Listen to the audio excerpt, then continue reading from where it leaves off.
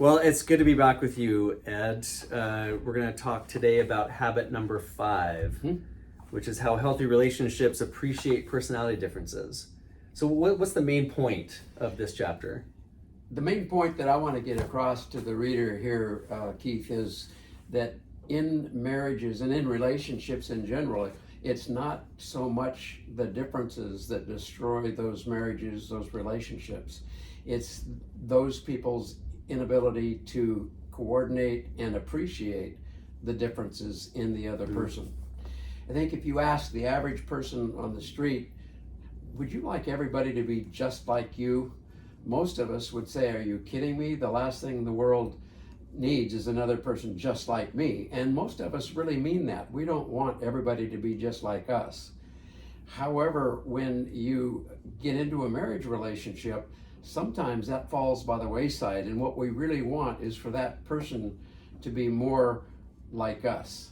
And when they fall short of that, we're critical, we withdraw from them, we try to change them, and that's where a lot of the issues that destroy relationships begin to show up. You mentioned coordinating the differences. What does that mean? Well, for instance, let's say you're married to an introvert who really doesn't particularly like to go to parties, and you really like parties and you like to chat up and talk and everything. It's important that you let her kind of say no to some parties, but at the same time, it's important for her to say, well, I'll go, but you're going to have to carry me a little bit because, I have a difficult time talking. As opposed to, now when we go to this party, I sure hope you won't just sit there like a wallflower because I want you to such and such. That's not accepting that there's this difference between the two of us, and that's okay. And so appreciating the differences requires that there's self-awareness of here's how I am and here's how you are. Right. And letting the other person be themselves. So how do couples who are facing these differences, how do they navigate that coordination? Well, I think understanding that why this person is quieter in a social setting, for instance, and like I said, carrying them a bit in that, and understanding that they aren't going to be just like you, and that's okay. And it requires a fair bit of acceptance of that person just being different, being who they are. And in the beginning of a relationship, that's often an exciting part of the relationship is that they're so different from me. But as you said, as time goes on, people start kind of wanting, you need to be more like me.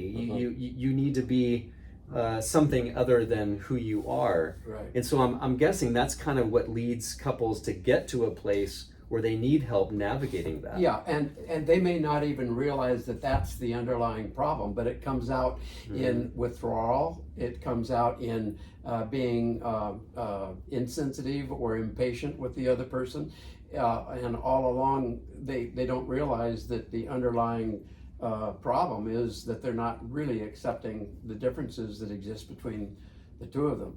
I kind of liken this to being on a deserted island all by yourself. There are no rules. You can do whatever you want, whenever you want, however you want. And then one day another body washes up on shore. All of a sudden, you've got to coordinate your efforts. You've got to accept the differences. And don't look now, but the day you got married, somebody else washed up on your shore. And that's what complicates life, but it's also what can make it very exciting if you accept the fact that we're different. And I hope you'll embrace my differences, and I will certainly embrace your differences and not take them personally because you are not just like me. Yeah. To take that analogy a little bit further, this other person shows up on your island. They bring a different skill set, they bring different experience that can be helpful to your life on this island. Right. But they can also trigger pet peeves. Right? Like, I don't like the way that person brushes their teeth. It drives me nuts. So, like, how do you help couples kind of work through where the personality differences create that little bit of friction? Well, I try to dig down a little bit to find out what is it about you and your past that makes you think that yours is the gold standard? You know, did your parents have a hard time? Did you have a hard time with your parents when you brushed your teeth? And maybe you're carrying on something from your early childhood with regard to something as simple as how you brush your teeth. That's a very simplistic example, but I think that's the kind of thing that happens. Our way of doing things has its genesis in past experiences, past relationships, and what we've decided about life, about how you're supposed to brush your teeth, how you're supposed to conduct yourself in social settings. And that's not necessarily the gold standard. And I think it's important for us to all realize I'm not the gold standard. Yeah, gosh, that's so important.